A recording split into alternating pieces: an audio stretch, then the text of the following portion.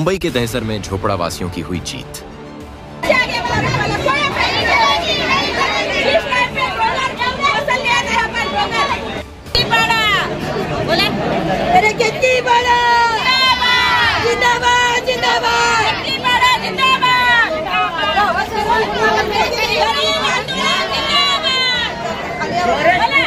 उत्तर मुंबई के पूर्व सांसद गोपाल शेट्टी ने आखिरकार केतकीपाड़ा के झोपड़ा वासियों को उनका हक दिला ही दिया।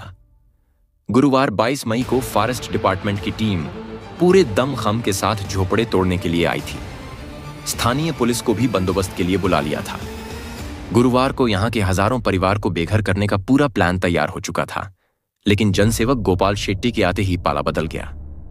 मौके पर बोरीवली के विधायक संजय उपाध्याय के साथ भाजपा के बाकी वरिष्ठ नेता और अन्य राजनीतिक दलों के नेता एवं कार्यकर्ता भी झोपड़ा वासियों की आवाज बनकर सरकारी अधिकारियों के लिए दीवार बन गए। मी सर्वप्रथम धन्यवाद देतो सर्व शासकीय प्रशासकीय अधिकारी, पोलीस वर्ग, संजय गांधी राष्ट्रीय उद्यानचे जे अधिकारी होते त्या सर्वांना मनापासून धन्यवाद देतो। सर्व राजकीय पक्षातल्या पदाधिकारी कार्यकर्त्यांचा आपण आभार मानूया। विशेष करून भारतीय जनता पक्षातर्फे आशिष शेलारजी जे आपले पालकमंत्री आहेत त्यांनी संयुक्त बैठक घेऊन 2 दिवसापूर्वीच अशा प्रकारचा आदेश दिला, कोणत्याही प्रकारचा कारवाई केतकीपाड्यावर होऊ नये। संजय उपाध्यायजी, प्रवीण दरेकरजी सातत्याने पाठपुरावा करतायत। संजय उपाध्याय सकाळपासून गणेश नाईकजींच्या संपर्कात होते आणि एकूणच सर्व सादरबादर चर्चा होऊन आमच्या त्या दिवशी पहिल्या दिवशीपासून म्हणणं हेच आहे, आम्ही नवीन काहीच मागत नाही। हायकोर्ट, सुप्रीम कोर्टने 1997-98 ला जे आदेश पारित केले ते आदेश आता पालन व्हायला पाहिजे। आदेशामध्ये स्पष्ट म्हटलंय 95 पर्यंतचा पुरावा ज्यांच्याकडे आहे त्यांना पर्याय जागा देऊन शिफ्ट करा, नंतरच तोडा, अशा प्रकारचा आदेशात म्हटलंय। 2024 ला परत एनजीओचे लोक कोर्टात गेले। 2025 ला उच्च न्यायालयाने परत हेच सांगितलं, आधीचा ऑर्डर जो आहे तो इम्प्लिमेंट करा। अधिकारी वर्गाने एक शानपणा केला संजय गांधी राष्ट्रीय उद्यानचं।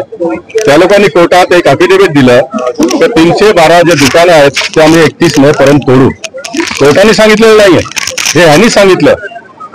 या आदेशाच्या विरोधात केतकीपाड्यातले लोक परत कोर्टात गेले आणि कोर्टाने सांगितलं त्यांचे सर्व कागदपत्र तपासा, 6 आठवड्याचा टाइम दिलाय आणि 6 आठवड्याचा टाइम दिलेला असताना या अधिकारी वर्गाने 2 दिवसात सर्व शोकसमोस करून आज इतका मोठा पोलीसचा ताफा घेऊन इथे तोडायला आले।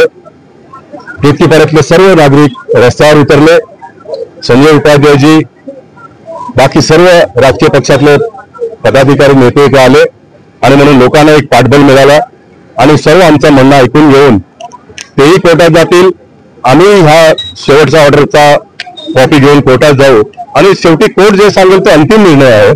आणखीन एक मोठी गोष्ट सांगतो, आताचे आपले न्यायाधीश, सुप्रीम कोर्टचे न्यायाधीश गवई साहेब यांनी 2024 ला एक सर्क्युलर काढून संपूर्ण देशातल्या लोकांना हे आदेश दिलाय की कोणत्याही प्रकारचा बेकायदेशीर बांधकामही जर तोडायचं असेल तर त्यांना नोटीस देऊन 15 दिवसाचा त्यांना टाइम द्या।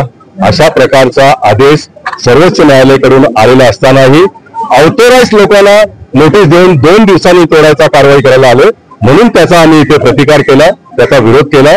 बाकी आम्ही शासनाबरोबर आहोत, आम्ही कोर्ट बरोबर आहोत, आम्ही प्रशासनाबरोबर आहोत। जो काही आदेश कोर्टाचा असेल त्याचा आम्ही पालन करणार। पुढचा जे काही दिशा आहे ते संजय उपाध्याय आमचे आमदार मार्गदर्शन। दहिसर ईस्ट के संजय गांधी राष्ट्रीय उद्यान के पास केतकीपाड़ा के नागरिकों को वन विभाग द्वारा कार्रवाई की नोटिस दी गई थी। झोपड़ा वासियों के बेघर होने का खतरा भांपते ही पूर्व सांसद गोपाल शेट्टी ने जी जान लगाकर उन्हें बचाने का प्रयत्न कर रहे थे। इस बीच वन विभाग के साथ अन्य संबंधित विभागों से लेकर मंत्रालय तक पत्र व्यवहार किया गया। अनगिनत बैठकें हुई, लेकिन गुरुवार की सुबह वन विभाग के अधिकारियों ने स्थानीय पुलिस का सहयोग लेकर बड़े पैमाने पर यहां तोड़फोड़ कार्रवाई करने पहुंच गए। आमचं स्पष्ट म्हणणं आहे, आमच्या मायबाप सरकारला, मान्य न्यायालयाला विनंती आहे की जे आपण सांगत आहात पहिलं केतकीपाड्यातील रहिवाशांचं पुनर्वसन करा, पुनर्वसन आत्ता करा। आम्ही आत्ता जायला तयार आहोत।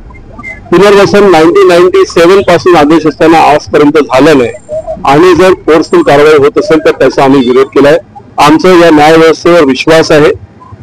2 दिवस आधी पालकमंत्री सन्माननीय आशिष शेलारजी यांनी गोपाल शेट्टीजी यांच्या नेतृत्वात सर्व अधिकाऱ्यांची बैठक घेतली, त्याच्या दिशानिर्देश सुद्धा दिले आणि जे कोर्टाने आदेश दिले त्याच्यामध्ये या लोकांना कसं न्याय भेटेल हे सुद्धा त्यांनी सिद्ध करून दाखवलं.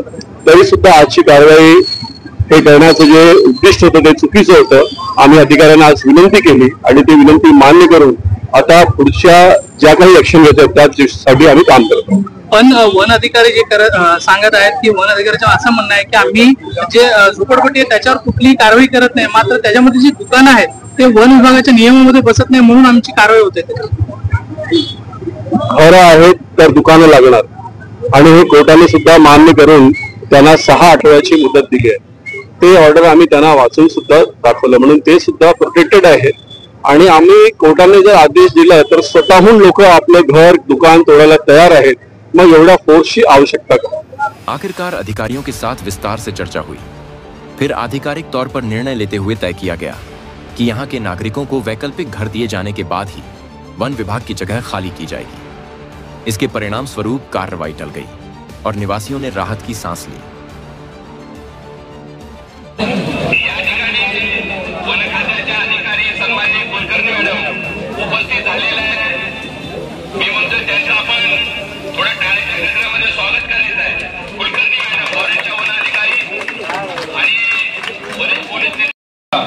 त्या ऑर्डरमध्ये हे स्पष्टपणे आहे, कमर्शियल, शाळा, डिस्पेन्सरी, राशनचे दुकान सर्वांना पर्याय जागा दिल्यानंतरच तोडायचं हे स्पष्टपणे आदेशात आहे. महाराष्ट्र की राजनीति और ताजा खबरों की जानकारी के लिए आप हमारे साथ बने रहें. देश और दुनिया की बाकी खबरों के लिए हमारे चैनल को सब्सक्राइब करना न भूलें. मुंबई से इस्माइल शेख की रिपोर्ट, इंडियन फास्ट ट्रैक.